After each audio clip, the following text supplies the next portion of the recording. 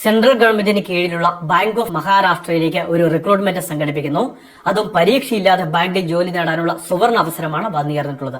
Interview മാത്രമേ ഉള്ളൂ. 100 മാർക്കിനുള്ള interview ആയിരിക്കും ഇവിടെ സംഘടിപ്പിക്കുന്നത്. വിവിധ ഡിപ്പാർട്ട്മെന്റുകളിലായിട്ട് മാനേജർ ഉൾപ്പെടെയുള്ള വിവിധ തസ്തികയിലേക്കുള്ള റിക്രൂട്ട്മെന്റ് ആണ് സംഘടിപ്പിക്കുന്നത്.